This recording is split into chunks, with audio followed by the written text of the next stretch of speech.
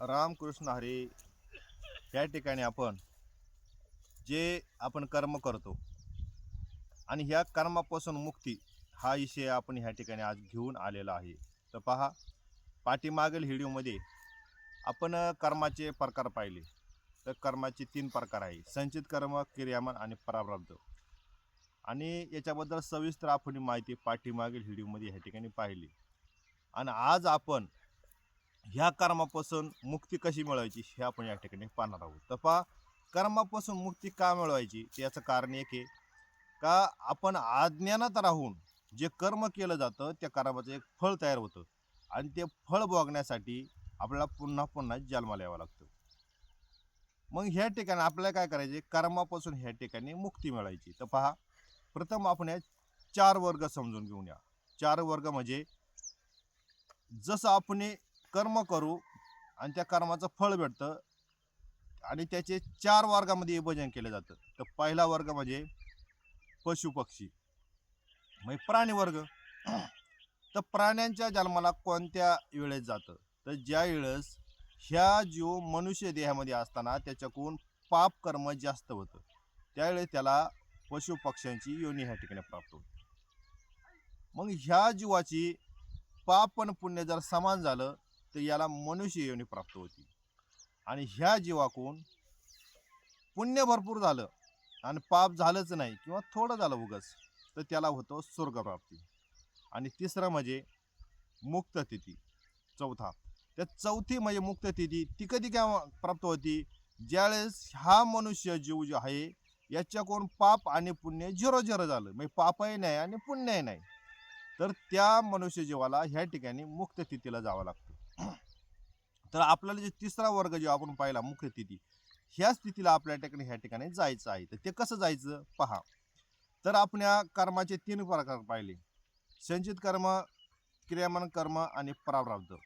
तर संचित कर्म म्हणजे काय, इथून पाठीमागं जेवढे आपण मनुष्याचे जन्म घेतले आणि ह्या जन्मामध्ये जे काय आपलं कर्म झालं ह्या कर्माचं फळ तयार झालं आणि तो झाला संचित कर्माचा संचय. आता आपल्याला काय करायचंय, हे संचित कर्म सगळं जाळून टाकायचे. मग ते कसं जाळायचं, तर जे भगवंताचं नाम जे आहे तत्वमसी महावाक्याचा बोध, आता ह्या नामाच्या चिंतन करायचं, मंथन करायचं आणि हे संचित कर्म जे आहे हे सगळं जाळून टाकायचं. पहा, हरिपाठामध्ये माऊली म्हणतात, तूर्ण आगरी मिळे समरस झाले तैसे नामे केले जपता हरी. जसं तूर्ण म्हणजे गवत जर अग्नीला जर मिसळलं तर ते गवत जळून जातं, तसं ह्या ठिकाणी नामचिंताने संचित कर्म ह्या ठिकाणी जाळून टाकायचं. मन राहिलं मात्र 2 कर्म, कोणतं, प्रारब्ध आणि क्रियामान कर्म. आता प्रारब्ध म्हणजे काय, तर त्या संचितामधून थोडंफार आपण भोगायला आणलंय जन्मल्यापासून तर मृत्यूपर्यंत. आता हे कर्म भोगून ह्या ठिकाणी संपणारचे, त्याला काही नाश करायची गरज नाही. फक्त ते करीत असताना मी हे भोगत नाही, हे भोगणारा देह आहे अशी भूमिका ठेवून ह्या ठिकाणी त्या कर्माचं फक्त दुःख होऊन द्यायचं नाही, परंतु प्रारब्ध हे भोगून फेडून टाकायचं. आता राहिलं क्रियामान कर्म. आता पहा, क्रियामान कर्म म्हणजे जन्माला आल्यापासून तर मृत्यूपर्यंत जे आपण कर्म करतो ते म्हणजे क्रियामान कर्म.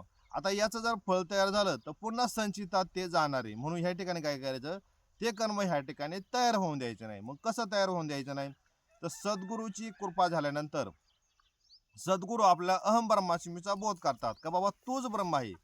आणि ज्यावेळेस साधकाला हा बोध ह्या ठिकाणी ठरले जातो की मीच ब्रह्म आहे, मग हा देह मी नाही, हा देह माझा नाही, मग देहापासून होणारं कर्म सुद्धा माझं नाही, मी सच्चिदानंद परब्रह्म तत्व आहे, ह्या बोधावरती आरूढ राहिल्यानंतर त्याच्याकडून जे काही कर्म होईल ह्या कर्माचे ह्या ठिकाणी फळ तयार होत नाही.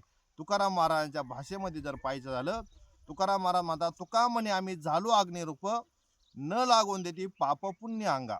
आम्ही आता अग्निरूप झालो आहे, आम्ही परब्रह्म रूप झालो आहे, आता आम्ही पाप आणि पुण्य हे काहीच अंगाला ह्या ठिकाणी लागून घेत नाही. आणि एकदा का मग त्याचं पाप न पुण्य झिरो झिरो झालं तर तो त्याच्या मुक्त तिथीला प्राप्त होतो. आपण पाहिलं, पाप जास्त पशु पक्ष्यांची येणी, पाप आणि पुण्य समान मनुष्याची येणी, आणि पुण्य जास्त देवलोकांची येणी.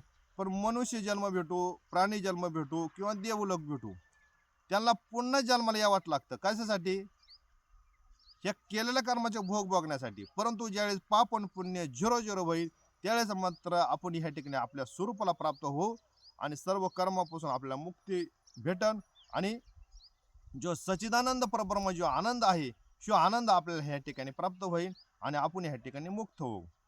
परंतु हे सगळं समजून घेण्यासाठी आपल्याला ह्या ठिकाणी परंपरेने आलेले सद्गुरू ह्या ठिकाणी करायचे आणि त्या तत्वमसी महावाक्याचा बोध ह्या ठिकाणी समजून घ्यायचा आणि आपल्याला ह्या ठिकाणी मुक्त व्हायचे. तर जय हरी मंडळी, आजचा व्हिडिओ कसा वाटला कळवा आणि चॅनलला लाईक करा आणि असे वेगवेगळे व्हिडिओ पाहण्यासाठी तयार राहा. जय हरी.